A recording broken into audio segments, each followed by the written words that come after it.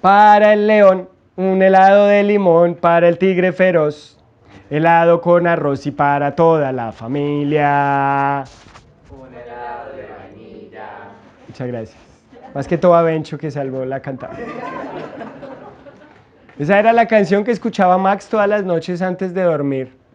Tal vez porque era la canción que más le gustaba a su mamá o tal vez porque era la única que se sabía. Max nació en una cárcel porque cuando su mamá estaba embarazada de él, asesinó a su papá por razones que desconocemos.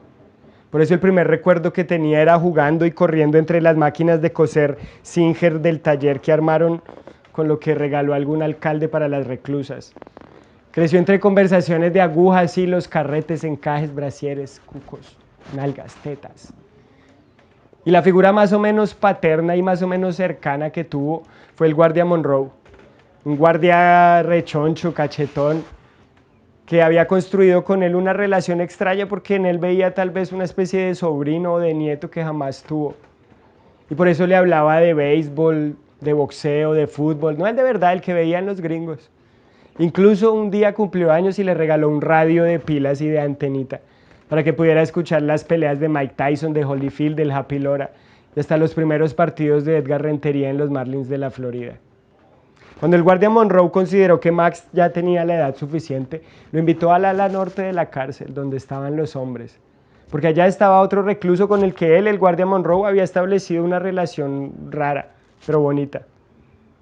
Gary Gilmore se llamaba el preso que estaba en el otro patio.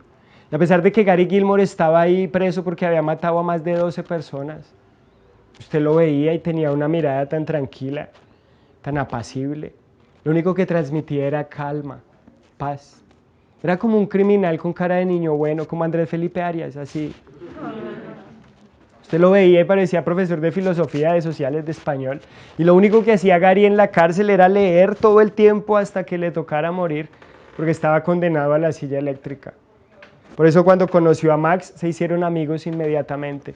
A veces estaban en la celda o a veces salían y se sentaban bajo la sombra del único roble que había en la cárcel. Y ahí se sentaban Gary y Max a discutir los libros que Gary le prestaba o las historias que había encontrado Gary en los libros y le contaba a Max. Y a veces pasaban horas ahí debajo del árbol. Un día estaban ahí y Gary se quedó mirando al cielo un rato. Y después le dijo a Max que si se había dado cuenta que los lunes siempre pasaban las palomas, los martes los gorriones, los miércoles las golondrinas, que los jueves pasaba cualquier ave, pero que los viernes nunca había ningún ave surcando las nubes, y que tal vez ese era un buen día para morir. Y ese día fue el primer día que Max se dio cuenta de que su amigo Gary pensaba en la muerte, y claro, todos los días pensaba en la muerte, estaba ahí esperando el día en que le dijeran que lo iban a sentar en la silla eléctrica. Y el día llegó, porque hay cosas en la vida que son ineludibles. Y cuando el día llegó, el guardia Monroe se fue hasta el patio donde estaban las mujeres y se trajo a Max para que pudiera despedirse de Gary.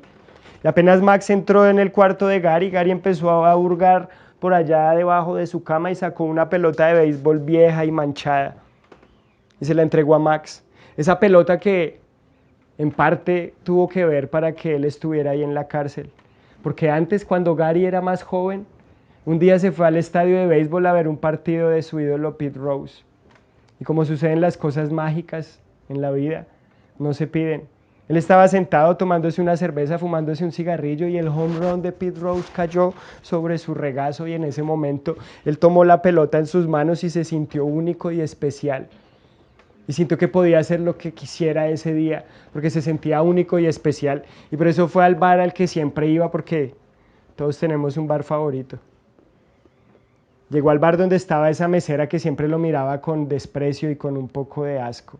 Ni siquiera sabía cómo se llamaba, él le había puesto un nombre ahí cualquiera, Porfiria decía él que se llamaba en su cabeza. Por eso llegó hasta el bar, se escabulló hasta donde estaba y mientras empuñaba la pelota de Pete Rose en el gabán que tenía puesto, la miró a los ojos y le dijo, ¿sabes qué, Porfiria? ¿Sabes qué, Porfiria? ¿Sabes qué, Porfiria? Hoy estuve en el estadio, atrapé una pelota de Pete Rose y eso me hace sentir especial. Y por eso quiero invitarte a ti, a que hoy tú y yo, cuando salgas del bar, nos vayamos a caminar por la playa. Nos tomemos unos vinos, nos fumemos unos joints mientras acaricio tu pelo con olor a fresa y veo como la luz de la luna se refleja en tus pecas. Y ella, Porfiria o como se llamara, lo miró y le dijo, quite para allá que estoy trabajando, no moleste. Y se fue. Y él habría podido soportar el desplante cualquier día, pero ese día no. Porque ese día él se sentía especial.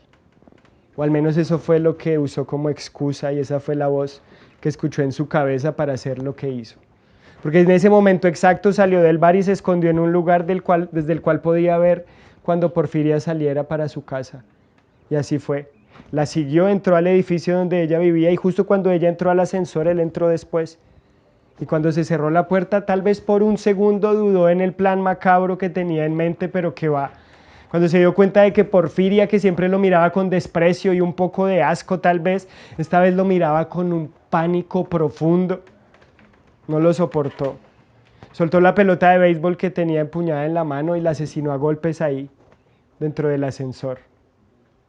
Y a esa hora pues nadie se dio cuenta. Sin embargo, al día siguiente a primera hora, él mismo fue y se entregó ante las autoridades y dijo lo que había hecho y confesó toda la gente que había matado antes. Y tal vez el juez vio en ese acto algo de nobleza y por eso fue que le permitió conservar su único tesoro valioso, la pelota de Pete Rose que le estaba entregando a Max justo antes de morir. Y se la estaba entregando a Max mientras le decía tres cosas. La primera, que fuera a Colombia a buscar a su familia, la familia de su mamá, porque él no podía ir por la vida pensando que había nacido en una cárcel y que ese era su origen, que uno tiene que saber de dónde es para saber hacia dónde quiere ir o hacia dónde no quiere ir. Le dijo que siguiera leyendo, que leyera mucho porque en la calle había mucha gente agüevada y que en los libros hallaría el tesoro del saber. Me encanta mi generación. Antier no se rió ni uno de eso. Y la tercera cosa que le dijo fue que por favor de vez en cuando golpeara la pelota contra el suelo o contra alguna pared para recordarle a Dios que Gary Gilmore estaba en el infierno y tal vez no debía estar allá, debía estar en una pradera africana cuidando de sus cebras. El guardia Monroe ni siquiera pudo estar en el cuarto con Gary Gilmore para acompañarlo a morir. Simplemente lo condujo al cuarto donde habría de encontrarse con la muerte y mientras Gary moría en el cuarto y el guardia Monroe lloraba detrás de la puerta en el patio, bajo la sombra que proveía el roble enorme estaba Max, golpeando la pelota contra el suelo mientras cantaba ese pedacito de Sammy el heladero que dice que se fue para el África. Y cuando miró para el cielo se dio cuenta de que justamente ese día no había ningún ave surcando las nubes.